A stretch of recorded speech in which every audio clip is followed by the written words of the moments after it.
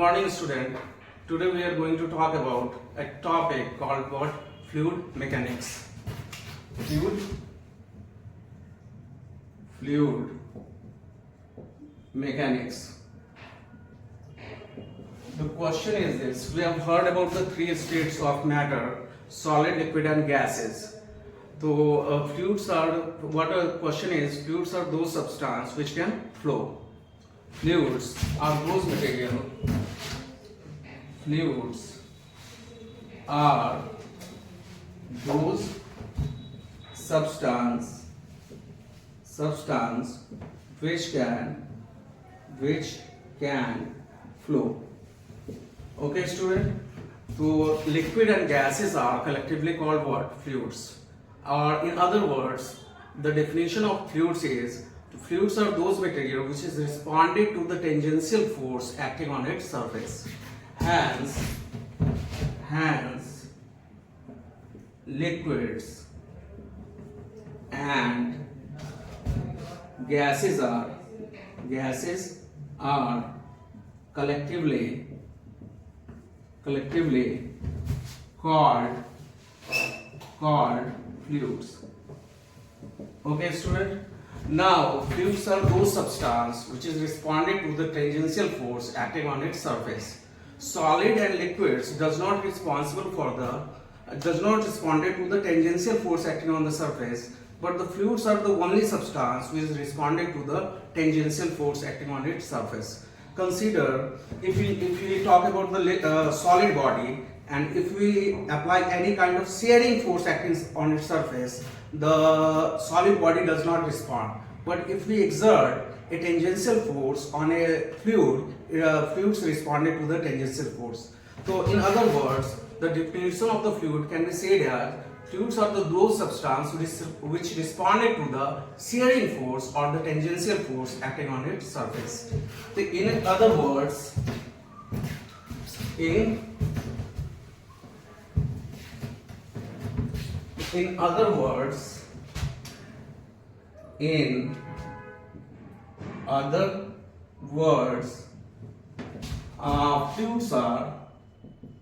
fluids are those substance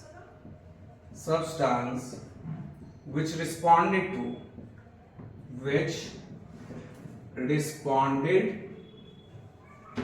to the tangential force or shearing force. Okay, the solid does not respond to the tangential force or the shearing force acting on the surface. Before further discussing the chapter, we consider fluids have two properties. Fluids can be divided into the two parts. One is called what? Static fluid, and another is called the dynamic fluid. So fluids can be divided into two parts. Fluids can be divided into two parts. One is called what? Static fluid, and another one is called dynamic fluid.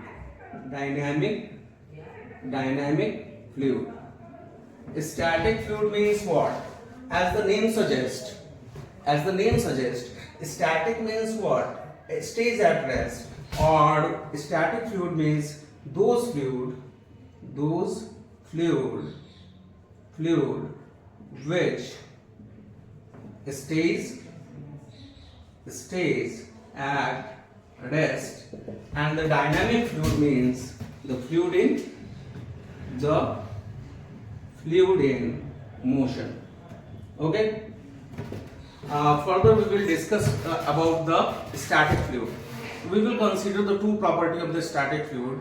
The fluid is considered incompressible, and second is non-viscous. These are the two properties which we consider before discussing about the fluid. So second one is we will talk about we consider two property of the fluid. We consider two property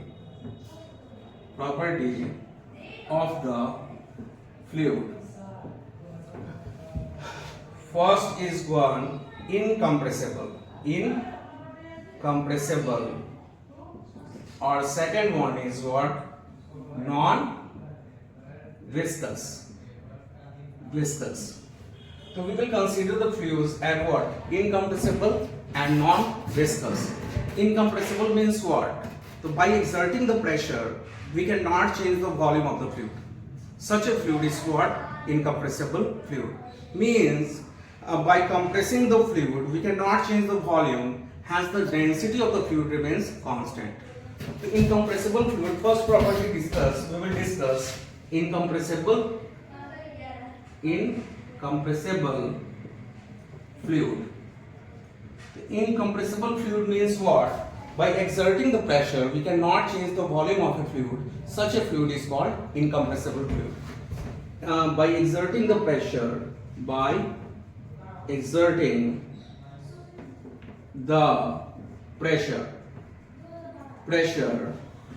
we cannot change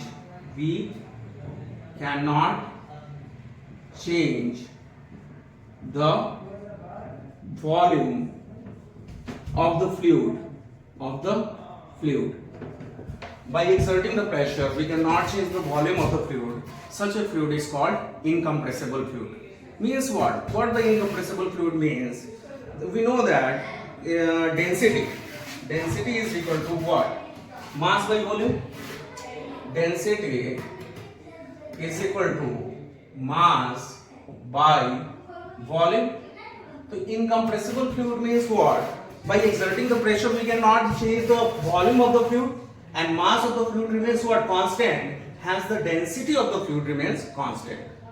It's okay? So incompressible fluid means what? Incompressible fluid are those whose density is constant. So density of, we can say that density of the incompressible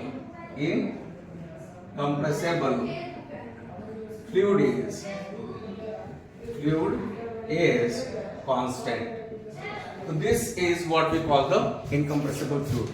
Second property is called what? Non-viscous fluid.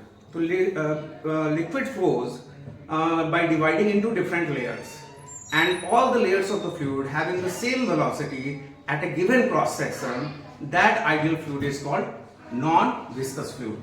Non-viscous fluid means there is no internal friction between the adjacent layer of the fluid as the fluid flows.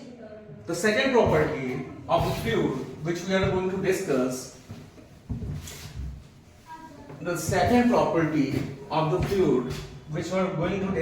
is called what? Non-viscous.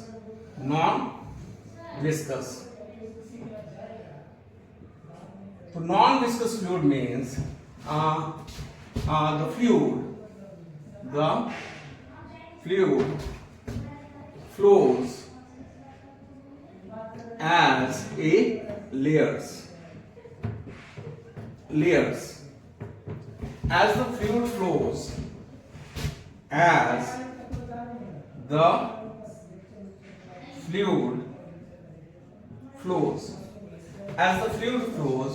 all the layers of the fluid at a given cross section having the same velocity. Means as the fluid flows, all the layers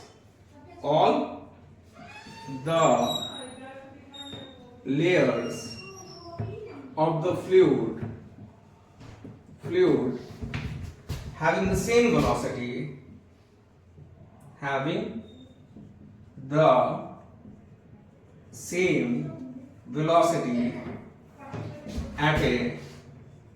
at a given cross section.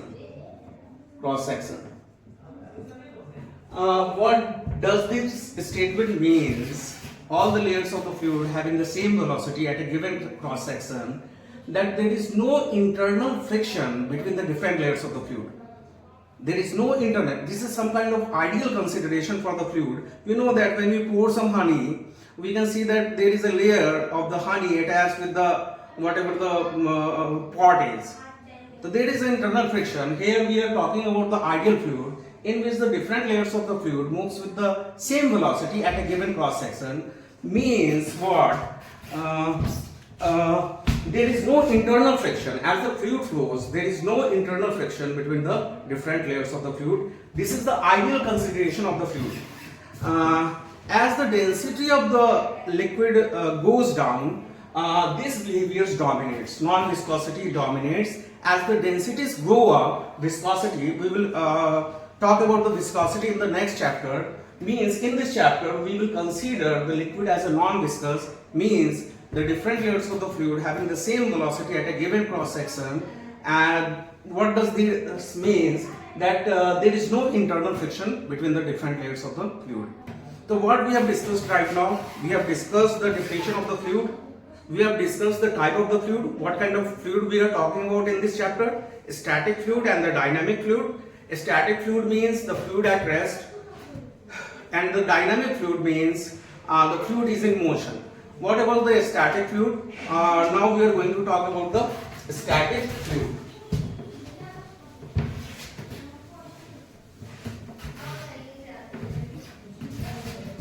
Now we are going to talk about the static fluid. As the definition suggests, as the name suggests, static fluid means fluid at rest. Static fluid means fluid at rest. Means we can see, consider a container having a fluid. Consider a container having the fluid, and that is shown by this dotted line as a different layers. So how can we visualize the static fluid? Problem is this: how can we visualize the static fluid? We can visualize the static fluids as a solid body, a blob of solid body. Why do we say that? We can visualize the static fluid as a blob of a solid body. At a given temperature, there is no internal movement between the different layers of the fluid. All the layers of the fluid remain intact at their position. Hence, we can visualize the static fluid as a solid body. So what is the difference between the solid body and the static fluid? In a static fluid, the making and breaking happens. The making and breaking happens, but in case of the solid body, making and breaking does not happen. So we can visualize the static fluid as a blob of solid body in which the making and breaking happens. Okay, so this is what the static fluid means.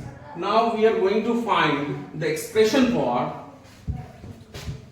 The next topic is expression for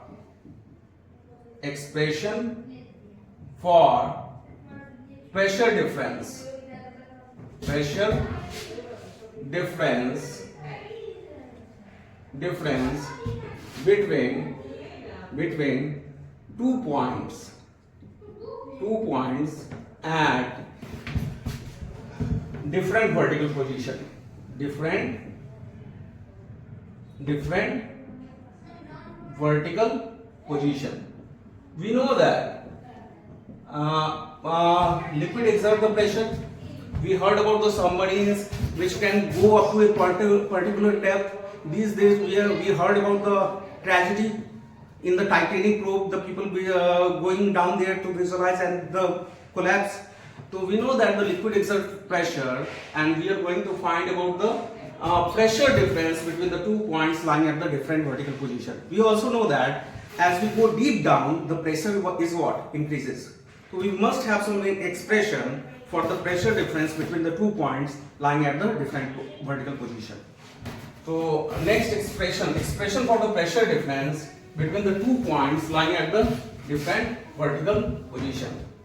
So for that expression, we will consider a fluid having a density rho. We will consider a fluid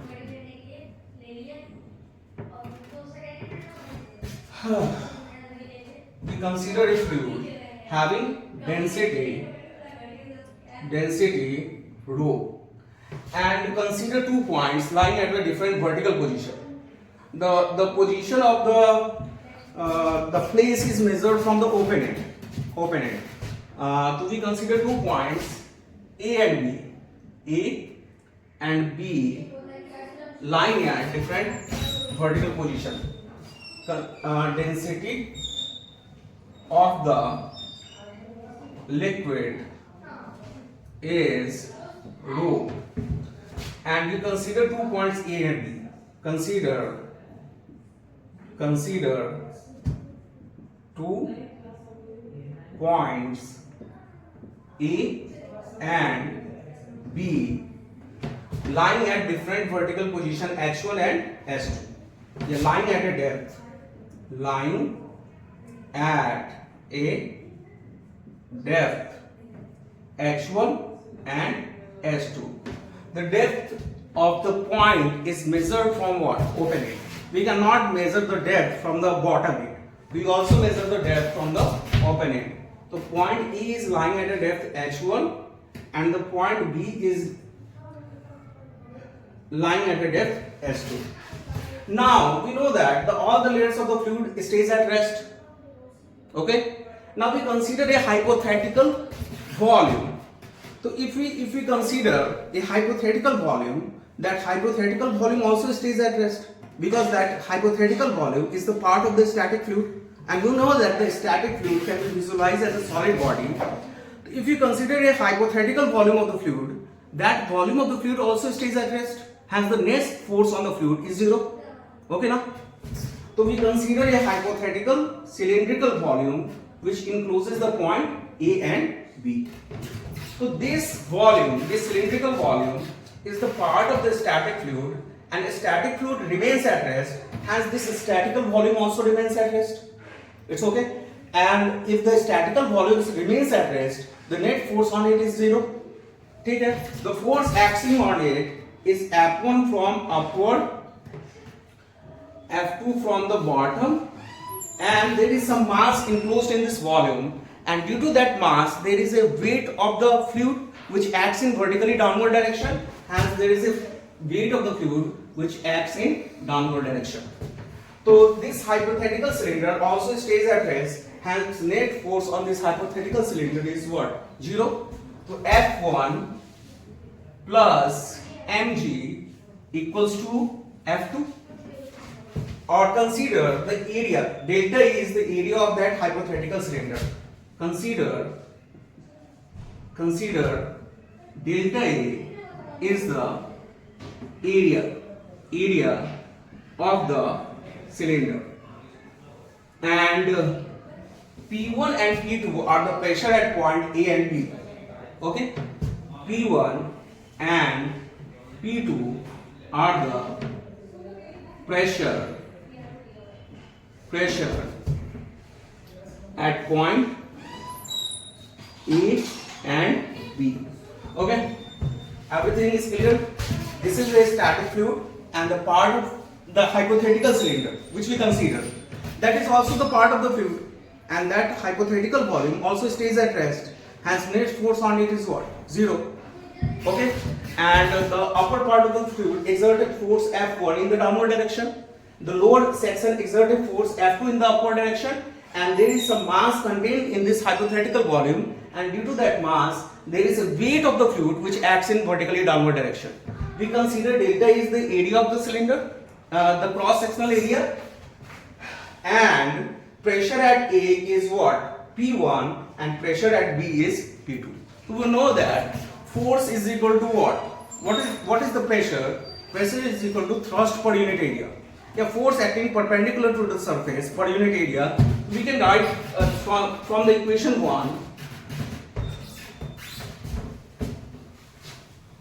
From the equation 1, we can write F1 is equal to what?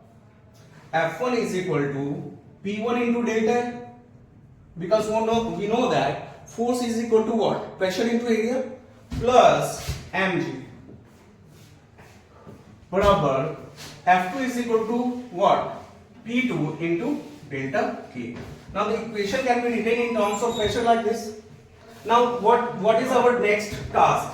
Our next task is to find the mass of the fluid contained inside this hypothetical cylinder. We need to find the mass. So how do we find the mass of the fluid? So first we need to find, we know that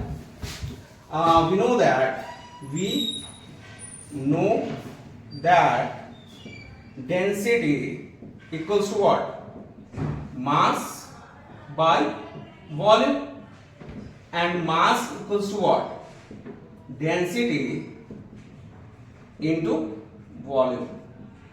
Okay, so by for having the mass of the liquid contained inside that cylinder, we need to find the density. The density of the fluid is given. Now we need to find what? The volume of the hypothetical cylinder.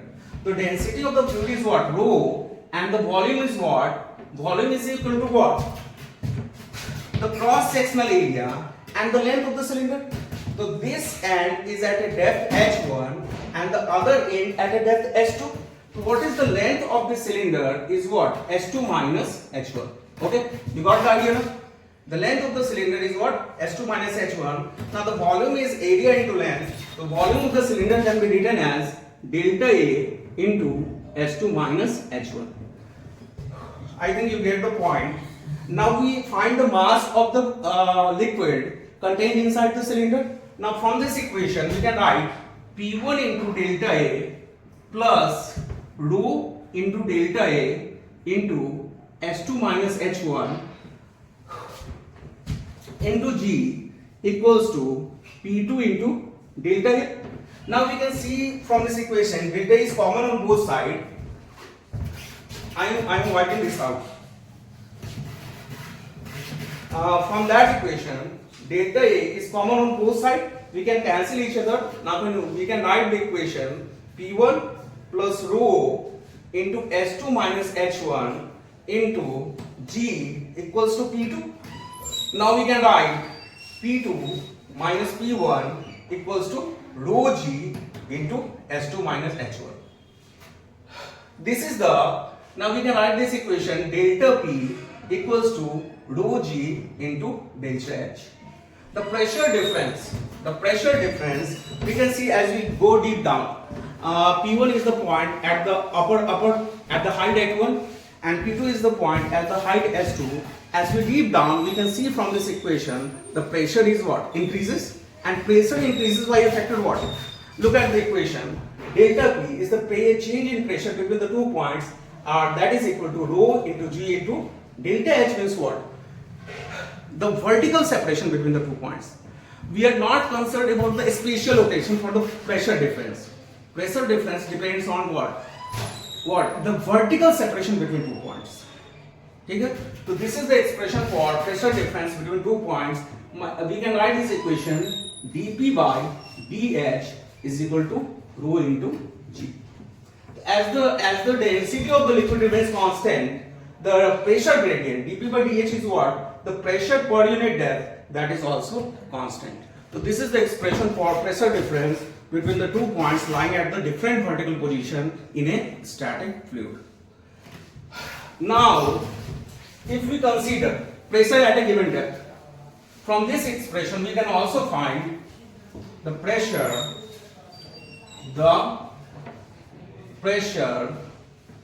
at a given depth. So for finding this expression, we consider h1 is equal to 0, means point E is at the opening, because the depth is measured from the opening. So if you consider h1 is equal to 0, means a point E is at the opening, and h2 is equal to h, means we are going to try to find the pressure at a depth h. For this expression, the pressure of P2 minus P1 equals to rho G h minus 0. So P at a depth, you can write this P at a depth h or P at a depth 0. So P at a depth h from the opening is equal to rho G h. So this is the pressure at a depth h. So this is all for today, and we will talk about the pressure difference between the 2 points lying at a different horizontal position in the next class. Then we will talk about the pressure difference in an accelerating container, and we will talk about many cases in which we are going to find out the pressure difference. Thank you for now. Good morning, student. I am Amit Kumar, and today we are going to study about the fluid mechanics. And